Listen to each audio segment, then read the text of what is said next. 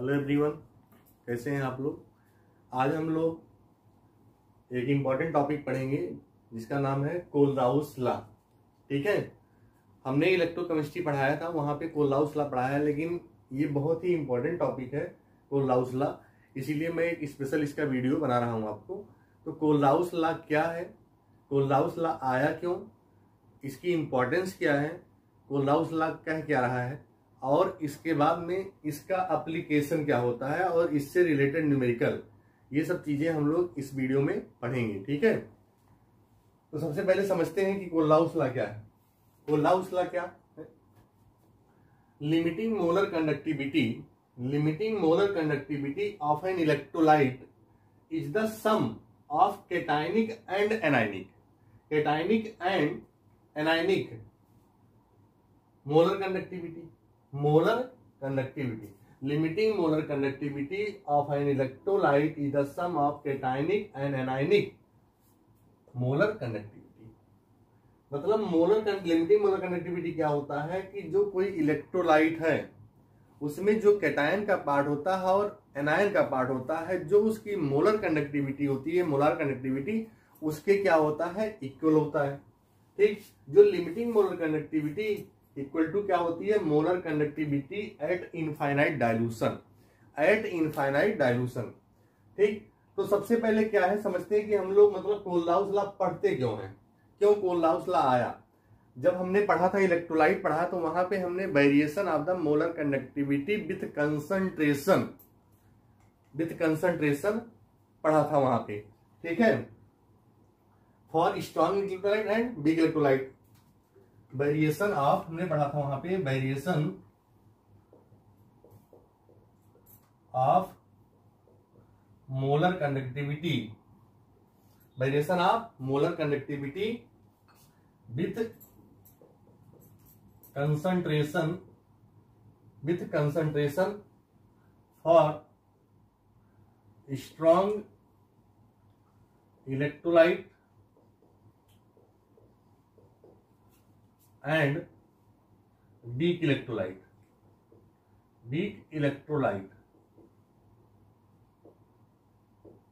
ठीक, यहां पे दो वर्ड मैंने लिखा, एक स्ट्रॉन्ग एक वीक। तो स्ट्रॉन्ग इलेक्ट्रोलाइट की हम लोग इनफाइनाइट मोलर कंडक्टिविटी निकाल लेते हैं, इनफाइनाइट मोलर कंडक्टिविटी हम लोग निकालते हैं, क्योंकि स्ट्रॉन्ग इलेक्ट्रोलाइट जो होता है, जो स्ट्रॉन्ग इलेक्ट्रोलाइट है, स्ट्रॉन्ग इलेक्ट्रोलाइट इसमें जो अल्फा होता है वो 100% होता है। कितना होता है, अल्फा जो होता है 100% होता है। तो इसकी हम लोग जो है इनफाइनाइट मोलर कंडक्टिविटी निकाल लेते हैं, हमें पता चल जाती है कि इनफाइनाइट मोलर कंडक्टिविटी क्या है, due to presence of degree of dissociation is the 100%, क्योंकि ये स्ट्रांग है। क्या है, स्ट्रांग है। जब हम वीक इलेक्ट्रोलाइट की इनफाइनाइट मोलर कंडक्टिविटी निकालते हैं, तो जब वीक इलेक्ट्रोलाइट होता है, तो वीक इलेक्ट्रोलाइट को जब हम डाइल्यूशन करते हैं, क्या करते हैं, डाइल्यूशन करेंगे, तो वहां पे क्या होगा, हमारा वॉल्यूम बढ़ता है। क्या बढ़ेगा, वॉल्यूम जो होगा इंक्रीज करेगा। डाइल्यूशन करेंगे तो क्या होगा, वॉल्यूम इंक्रीज करेगा।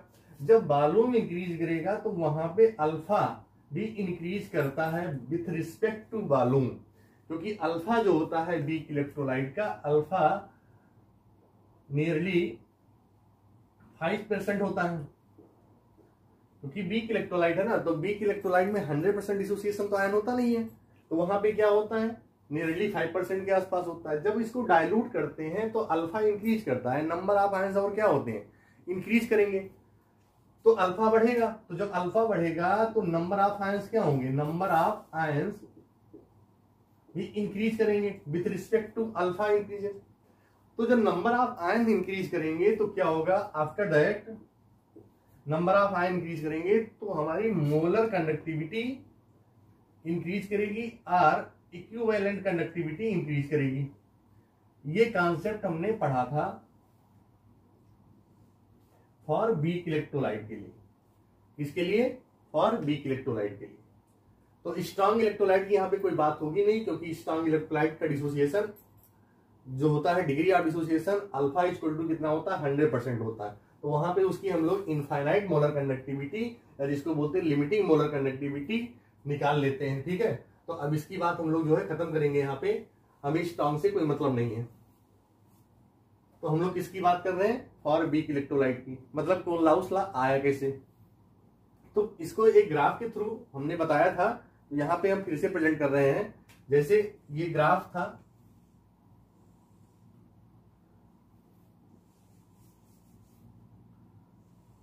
ये ग्राफ बन जाता है, ठीक, और इनफाइनाइट मोलर कंडक्टिविटी, और इधर हम लोग लेते हैं क्या है कंसंट्रेशन। और व्हेन मूव टू लेफ्ट तो क्या होता है, कंसंट्रेशन धीरे धीरे क्या होता है, डिक्रीज होता है और डाइल्यूशन करते हैं।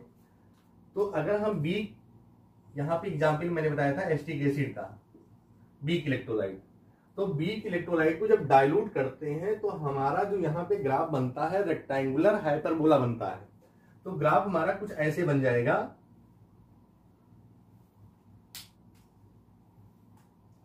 कुछ ग्राफ हमारा लगभग ऐसे बनेगा।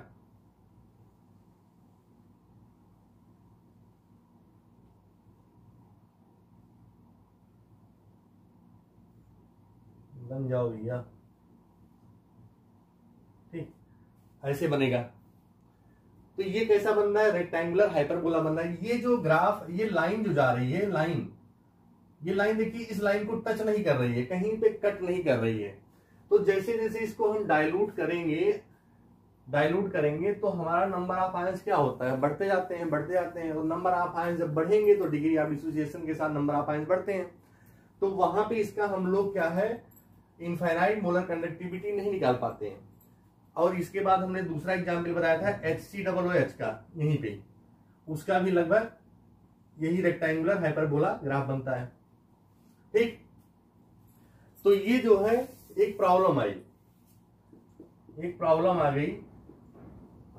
क्या प्रॉब्लम आई कि infinite molar conductivity, infinite molar conductivity be not calculate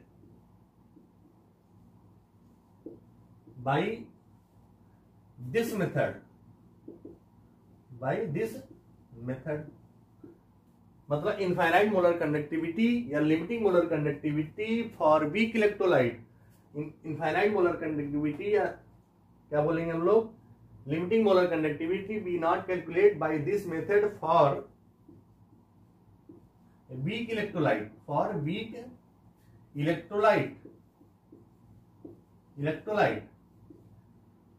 ठीक।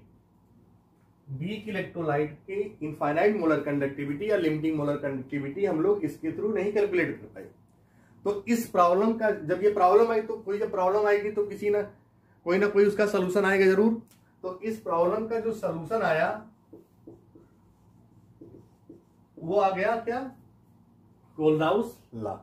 क्या आया, कोलराउस लॉ आया, ठीक है। तो यहां से इस ये प्रॉब्लम जो थी इनफाइनाइट मोलर कंडक्टिविटी, वो कोलराउस लॉ आने से ये खत्म हो गई। अब कोलराउस लॉ क्या कह रहा है कि limiting molar conductivity for an electrolyte, समझिएगा बात को, एन इलेक्ट्रोलाइट। तो इलेक्ट्रोलाइट यहां पे स्ट्रॉन्ग इलेक्ट्रोलाइट,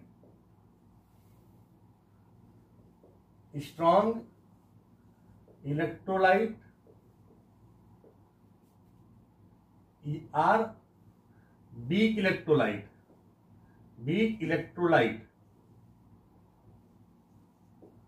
मतलब यहां पे कोलराउस लॉ ने ये डिफाइन किया कि जो लिमिटिंग मोलर कंडक्टिविटी होगा एन इलेक्ट्रोलाइट, हम स्ट्रॉन्ग इलेक्ट्रोलाइट या वीक इलेक्ट्रोलाइट दोनों का भी निकाल सकते हैं। लेकिन प्रॉब्लम क्या आई थी, प्रॉब्लम जो फेस की गई फॉर वीक इलेक्ट्रोलाइट के लिए था। लेकिन कोलराउस लॉ ने बताया कि हमें अगर इलेक्ट्रॉन मोलर कंडक्टिविटी आइडेंटिफाई करना होगा तो हम लोग limiting molar conductivity of an electrolyte के लिए बताया। किसके लिए, इलेक्ट्रोलाइट के लिए। तो वो स्ट्रॉन्ग इलेक्ट्रोलाइट हो या वीक इलेक्ट्रोलाइट, दोनों के लिए sum of the cationic and anionic अब molar conductivity, that is limiting molar conductivity equal to the molar conductivity at infinite dilution, ठीक है। तो ये हमारी थोड़ी सी जो है मतलब ये प्रॉब्लम आई थी कि जिसके थ्रू हम लोगों ने लिमिटिंग मोलर कंडक्टिविटी आइडेंटिफाई नहीं किया फॉर वीक इलेक्ट्रोलाइट, तो उसका प्रॉब्लम का सोल्यूशन कहां से आ गया, कोल्हाउस लॉ। तो ये जो मेरा मेथड था, ये जो बताने का तरीका था कि आपको ये समझा दें हम कि कोल्हाउस लॉ का डेवलप कैसे हुआ, कहां से कोल्हाउस लॉ आया। ठीक है, तो आप इसका स्क्रीनशॉट ले लीजिए, फिर हम आगे कोल्हाउस लॉ के बारे में डिटेल से बता रहे हैं आपको। ठीक है, अब देखिए यहाँ पे क्या है कि एक तो मैंने डिफिनेशन ये लिखी थी कि limiting molar conductivity of an electrolyte is the sum of a cationic and anionic molar conductivity. दूसरा यहाँ पे डिफिनेशन हमने क्या फिर से लिखा है यहाँ पे कि molar conductivity at infinite dilution, molar conductivity at infinite dilution of an electrolyte. Electrolyte यहाँ पे स्ट्रॉन्ग एंड वीक दोनों के लिए बात हो रही है, strong and weak can be represented at the sum of individual contribution of ions. मतलब जो आयंस वहां पे कंट्रीब्यूट हो रहे हैं, contribution of ion, one cation and one anion of the electrolyte at infinite dilution. ठीक, केटायन एंड एनायन का जो इंडिविजुअल कंट्रीब्यूशन होता है इलेक्ट्रोलाइट में, उनकी मोलर कंडक्टिविटी दोनों को ऐड करने पे हम एक इलेक्ट्रोलाइट की इनफाइनाइट मोलर कंडक्टिविटी निकालते हैं। ठीक है, तो ये इनफाइनाइट मोलर कंडक्टिविटी होती है। अब एग्जाम्पल दिया, infinite molar conductivity for electrolyte. कोई भी इलेक्ट्रोलाइट है, स्ट्रॉन्ग है या वीक, कुछ ये नहीं पता है। यहां पे क्या है, पॉजिटिव कैप या इनफाइनाइट, इसको हम कह सकते हैं cap not molar conductivity, cation plus negative cap not molar conductivity anion. तो यहां पे ये जो वैल्यू है, ये वैल्यू ये रिप्रेजेंट कर रही है कोफिशिएंट नंबर को, कोफिशिएंट नंबर को रिप्रेजेंट कर रही है। किसे, कोफिशिएंट नंबर को। ठीक है, यहां पे ये भी कोफिशिएंट नंबर को प्रेजेंट कर रही है। जैसे कोई भी अगर इलेक्ट्रोलाइट है, वहां पे 2 आयन है, 3 आयन है, 2 आयन है, ऐसे, तो उनको ये रिप्रेजेंट करती है। तो इसके एग्जाम्पल हम लोग देखते हैं। जैसे यहां पे दिया है इनफाइनाइट मोलर कंडक्टिविटी, हम निकाल रहे हैं एग्जाम्पल में, जैसे NaCl का दिया है। ठीक है, infinite molar conductivity of NaCl, NaCl है एग्जाम्पल नंबर फर्स्ट। तो ये किसके इक्वल होगा, individual contribution of cation and anion. तो पहले हम लोग किसको लिखते हैं, कैटायन को। तो यहां पे इसको ऐसे भी जैसे लेमडा से भी रिप्रेजेंट करते हैं, lambda infinite molar conductivity of cation plus, ये कैटायन है, plus Na plus lambda infinite molar conductivity of Cl minus, lambda infinite molar conductivity of Cl minus. ये हो गया, क्योंकि जो NaCl है, NaCl Na plus and plus Cl के minus form में जाएगा। दूसरा एग्जाम्पल है, जैसे हमने लिया NaBr सोडियम ब्रोमाइड। तो infinite molar conductivity of sodium bromide equal to lambda infinite molar conductivity Na plus lambda infinite molar conductivity of Br minus, because NaBr contribution of the Na plus and the Cl minus. ठीक, तो ये इसका हम जो cation and anion का जो infinite molar conductivity होगी, इसको जब ऐड कर देंगे तो हमें इस कंपाउंड का इस इलेक्ट्रोलाइट का इनफाइनाइट मोलर कंडक्टिविटी मिलेगी। अब देखिए, ये तो लग रहा है कि बहुत इजी है, और इजी है भी, इसमें कोई इतना टफ नहीं है कि हाँ आपको समझ में नहीं आएगा। अभी इससे रिलेटेड हम न्यूमेरिकल भी करेंगे। अब देखिए, इसमें समझने वाली बात ये है कि अगर Na प्लस की हम बात, यहाँ पे दोनों में कॉमन क्या है, Na प्लस है। क्या है कॉमन, क्या है Na प्लस। अगर हम in case infinite molar conductivity we calculate for the strong electrolyte, तो अगर Na+ का जो Na+ की जो इनफाइनाइट मोलर कंडक्टिविटी होगी, infinite molar conductivity of the Na+, जैसे हमने infinite molar conductivity of Na+ की निकाली, तो जो इनफाइनाइट मोलर कंडक्टिविटी Na+ की NaCl इलेक्ट्रोलाइट में होगी, वही same infinite molar conductivity sodium bromide में होगी, चेंज नहीं होगी। चाहे अगर Cl की बात करें, क्लोराइड की, अगर 2 इलेक्ट्रोलाइट हैं, दोनों में क्लोरीन प्रेजेंट है, तो दोनों में क्लोरीन की इनफाइनाइट मोलर कंडक्टिविटी या लिमिटिंग मोलर कंडक्टिविटी दोनों में सेम होगी। ये समझने वाली बात है। फिर से मैं बता रहा हूं, यहां पे मैंने 2 इलेक्ट्रोलाइट लिया, NaCl एंड NaBr। इस दोनों में infinite molar conductivity of sodium ion cation are same in NaCl electrolyte and NaBr electrolyte. ठीक है, तो ये समझने वाली बात है, यहाँ पे ये इंपॉर्टेंट है। इसका यूज हम लोग जब न्यूमेरिकल अभी करेंगे तो उसमें पता चलेगा कि कैसे उसका इंपॉर्टेंस है। ठीक है, अब तीसरा एक एग्जाम्पल ले रहे हैं, हम आपको ये कोफिशिएंट नंबर समझाते हैं। जैसे लिया हमने एक एग्जाम्पल ले लिया CH3COONA, वहां पे तो कोफिशिएंट नंबर आएगा। हमने ले लिया जैसे मान लीजिए, चलिए एल्युमिनियम क्लोराइड लेते हैं, infinite molar conductivity of the aluminium chloride AlCl3। ठीक, तो AlCl3 होगा, ये देखिए AlCl3 है, ये आयंस के फॉर्म में अगर डिसोसिएट होगा तो Al3+ चार्ज जाएगा प्लस Cl माइनस में जाएगा। अब क्लोरीन के कितने आयंस हैं? 3 आयंस हैं, तो यहाँ पे 3 आयंस क्लोरीन के हो गए और ये Al3+, तो 3 आयंस क्लोरीन के हैं और एल्युमिनियम के 1 आयंस है, तो इसका कोफिशिएंट नंबर 1 है, इसका कोफिशिएंट नंबर 3 है, इसका 1 है। तो इसको कैसे लिखेंगे हम लोग? ठीक, अब पहले क्या लिखते हैं हम लोग? कैटायन लिखते हैं, तो इनफाइनाइट या lambda infinite molar conductivity, lambda infinite molar conductivity क्या लिखेंगे? Al3+ plus lambda infinite molar conductivity क्या है आपके पास? है Cl माइनस है। क्या है? Cl minus. अब इसका कोफिशिएंट नंबर कितना है? इसका कोफिशिएंट नंबर है 3, तो यहां पे लिख देंगे हम लोग 3। तो इसकी मीनिंग ये है। ठीक है, अब ये आप जो है इसे नोट कर लीजिए या स्क्रीनशॉट ले लीजिए। अब इससे रिलेटेड हम लोग न्यूमेरिकल कर लेते हैं और फिर इससे रिलेटेड एप्लीकेशन पढ़ेंगे। देखिए ये न्यूमेरिकल है, समझिएगा बात को। यहां पे क्या है? क्वेश्चन हमारा 1 है, कह रहा है infinite molar conductivity for CH3COOH। CH3COOH क्या है? एस्टिक एसिड है, एस्टिक एसिड है। ठीक, इसकी हमें इनफाइनाइट मोलर कंडक्टिविटी निकालनी है और गिवन में क्या दिया है? पहला दिया है इनफाइनाइट मोलर कंडक्टिविटी HCl, जिसकी वैल्यू है 4 to 5.9 siemens centimetre square mole inverse. दूसरा क्या दिया है हमारा?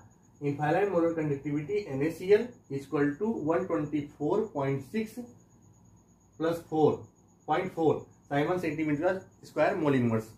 और थर्ड है infinite molar conductivity sodium acetate CH3COONA equal to 91.0 siemens centimetre mole square. अच्छा, यहाँ पे पहले हम इसको आयंस के फॉर्म में लिखेंगे। किसके फॉर्म में? आयंस के फॉर्म में। तो इसका सॉल्यूशन देखो,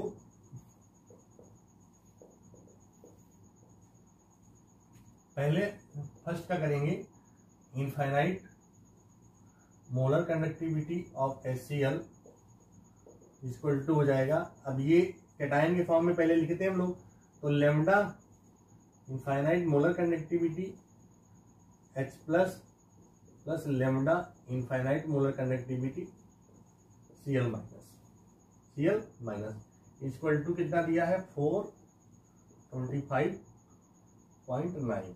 ठीक, यूनिट नहीं लिख रहे हैं, यूनिट बार बार क्या लिखेंगे? देखिए, दूसरा दिया आपका infinite molar conductivity of NaCl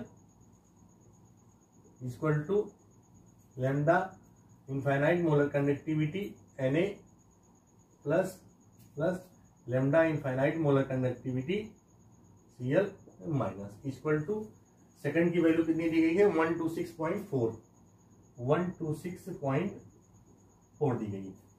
after that third क्या है, इनफाइनाइट मोलर कंडक्टिविटी क्या हो जाएगा, acetic acid CH3COO, acetic acid नहीं सोडियम एसीटेट है, बार बार एस्टिक एसिड कह रहे हैं हम, CH3COO Na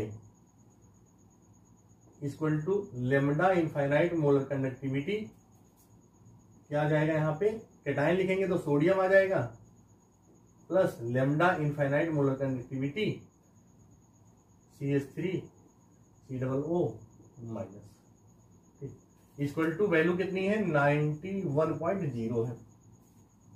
अब इसको हमने सब आयंस के फॉर्म में लिख लिया, किसके फॉर्म में, आयंस के फॉर्म में। तो यहाँ पे इसको कुछ इस मेथड से करेंगे कि हमारे जो होंगे, हमको चाहिए क्या, हमको क्या चाहिए, हमको चाहिए एस्टिक एसिड, क्या चाहिए, एस्टिक एसिड। ये तो मैंने लिख दिया, इसको डायरेक्ट मेथड से भी कर सकते हैं आप। डायरेक्ट मेथड से क्या करेंगे, यहाँ पे ये 3 इक्वेशन है, यहाँ 3 इक्वेशन में आपको क्या निकालना है, इस मेथड से करिए आप कि आपका एस्टिक एसिड आ जाए, क्या आ जाए, एस्टिक एसिड। तो उसके लिए क्या करेंगे, इक्वेशन नंबर 1 इक्वेशन नंबर 2 को आप थर्ड को ऐड कर दीजिए।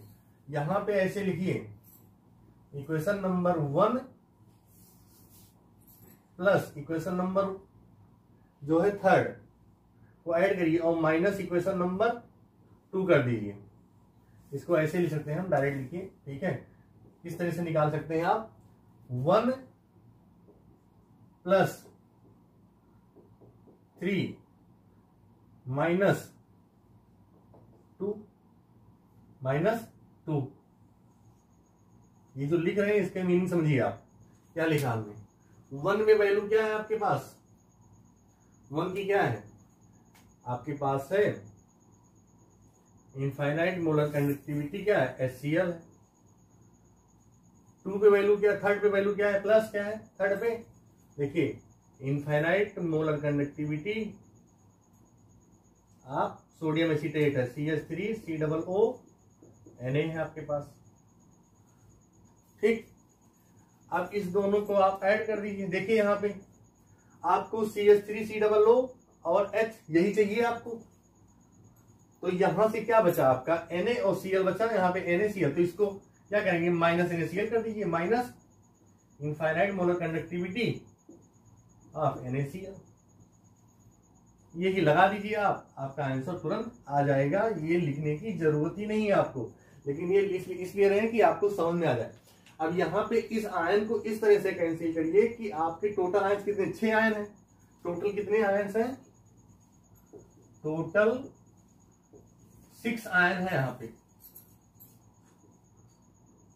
6 आयन है।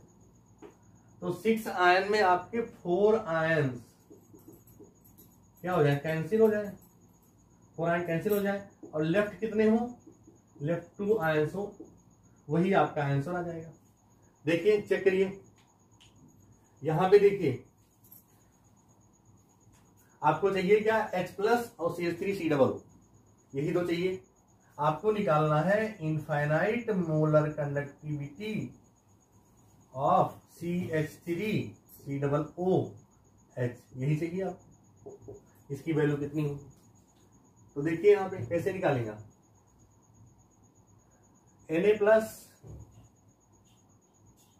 Na प्लस कैंसिल हो गया, यहाँ पे Cl माइनस कैंसिल हो गया, बचा क्या आपके पास, H प्लस बच रहा है और CH3COOH बच रहा है। अब इस मेथड को लगा दीजिए, infinite molar conductivity of HCl आपका इक्वेशन नंबर फर्स्ट में है, तो इसकी वैल्यू कितनी है 425.9 प्लस इक्वेशन नंबर थर्ड में क्या, यहां पे है एस्टिक एसिड, इसको ऐड करिए, सोडियम एसीटेट को, कितनी वैल्यू है 91.0 माइनस क्या करना है आपको, NaCl करना, क्या करना है NaCl, माइनस NaCl कर दीजिए, 1 26.4, इसको माइनस कर दिया तो कितना आ गया 390.5। तो आपका जो फाइनल आंसर आया, इसका फाइनल आंसर आ गया 390.5। यूनिट क्या है, Simon centimetre square mole inverse. ये क्वेश्चन, इस तरह से क्वेश्चन बोर्ड में भी आते हैं और कंपटीशन में भी आते हैं। ठीक है, देखने में टफ लगता है लेकिन बहुत इजी है। अगर आप माइंड को थोड़ा सा यूज करेंगे और अच्छे से लगाएंगे तो आपको आ जाएगा क्वेश्चन। ठीक है, नेक्स्ट क्वेश्चन इसके बाद हम करा रहे हैं। पहले इस क्वेश्चन को आप स्क्रीनशॉट ले लीजिए। ठीक है, क्वेश्चन नंबर 2 देखिए क्या है। Infinite molar conductivity for ammonium hydroxide, इसको निकालना आपको। गिवन क्या दिया है, infinite molar conductivity barium hydroxide, ये वैल्यू दी गई है, बेरियम क्लोराइड की एंड अमोनियम क्लोराइड की। अब यहाँ इस इक्वेशन को तीनों मैंने लिख लिया जैसे पहले अभी क्वेश्चन में कराया था। ठीक है, यहाँ पे क्या है, कोफिशिएंट नंबर आ रही वैल्यू, कोफिशिएंट नंबर। अब मैंने आपसे बताया था कि यहाँ पे 6 आयंस कैंसिल होने, 6 आयंस है तो 6 में कम से कम कितने होने चाहिए, 4 आयंस कैंसिल हो जाएंगे। तो हमको निकालना क्या है, infinite molar conductivity of ammonium hydroxide निकालना है। ठीक, अब यहाँ पे क्या है, देखिए यहाँ पे 2 आयंस है किसके, OH की। जब ये 2 टाइम्स है तो आप इसको भी 2 टाइम्स कर लीजिए। कितने टाइम्स कर लेंगे, 2 टाइम्स। ठीक, अब क्या है, जैसे जब ये 2 टाइम्स होगा तो ये भी क्या हो जाएगा, 2 टाइम्स हो जाएगा। तो ये तो दोनों कैंसिल हो जाएंगे 2 टाइम्स में।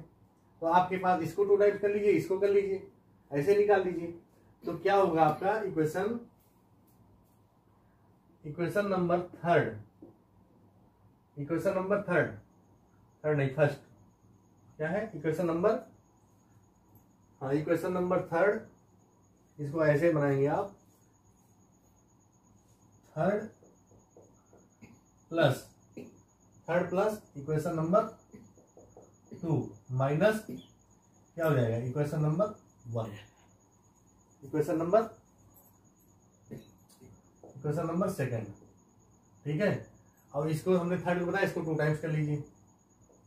चलिए आप इसी को 2 टाइम्स कर लीजिए। ठीक है, इसी को निकाल लीजिए। तो क्या हो जाएगा, यहाँ पे देखिए क्या हो जाएगा, इसकी वैल्यू कितनी है, 120 है। तो 2 मल्टीप्लाई 120 प्लस क्या होगा, आगे क्या हो जाएगा, 2 मल्टीप्लाई 120 प्लस, अब क्या है, इक्वेशन नंबर आपके पास क्या है, फर्स्ट है। फर्स्ट की वैल्यू कितनी है, देखो 500 माइनस कितना हो जाएगा, माइनस आपको क्या करना है, सेकेंड 300। तो यहां पे क्या हो जाएगा, 240 प्लस 500 माइनस 300 इक्वल कितना आ जाएगा, 500 तो 740, 300 440 आएगा, 440 आएगा। लेकिन ये कौन सी वैल्यू है, जब 2 टाइम्स किया, दुगना किया। लेकिन आपको कौन सी वैल्यू निकालनी है, ओरिजिनल वैल्यू निकालनी है। ओरिजिनल वैल्यू जो आ जाएगी, इसको 2 से डिवाइड कर दीजिए तो कितना आ जाएगा, 220। 220 क्या आ जाएगा, Simon centimetre square mole inverse. ठीक, तो ये क्वेश्चन हो गया आपका सेकंड। इस तरह से क्वेश्चन और आप प्रैक्टिस करिएगा। अब इसके बाद इसके कुछ 4 एप्लीकेशन है, वो हम आपको बता दे रहे हैं। ठीक है, नेक्स्ट देखिए, लास्ट टॉपिक है इसका, एप्लीकेशन ऑफ कोल्हाउस लॉ। इसके 4 एप्लीकेशन दिए गए हैं, इंपॉर्टेंट है। ये क्वेश्चन जो है बोर्ड में भी पूछ लिया जाता है। ठीक है, कि application, right the application of the Kohlrausch law.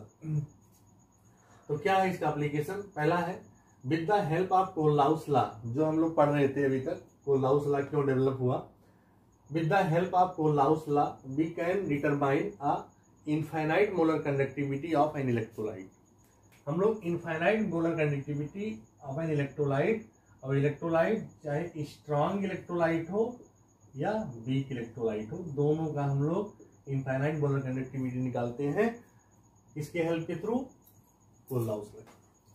Second application क्या है, with the help of infinite molar conductivity, with the help of infinite molar conductivity. जब हमने इनफाइनाइट मोलर कंडक्टिविटी निकाल लिया तो इसके हेल्प के थ्रू क्या होगा, with the help of infinite molar conductivity we can find degree of dissociation, degree of dissociation क्या निकालते हैं हम लोग, अल्फा के निकालते हैं। क्या निकालते हैं, अल्फा। अल्फा जो होता है ये होता है डिग्री ऑफ डिसोसिएशन, डिसोसिएशन। और डिग्री ऑफ डिसोसिएशन किसके लिए होता है, फॉर वीक इलेक्ट्रोलाइट के लिए, वीक इलेक्ट्रोलाइट।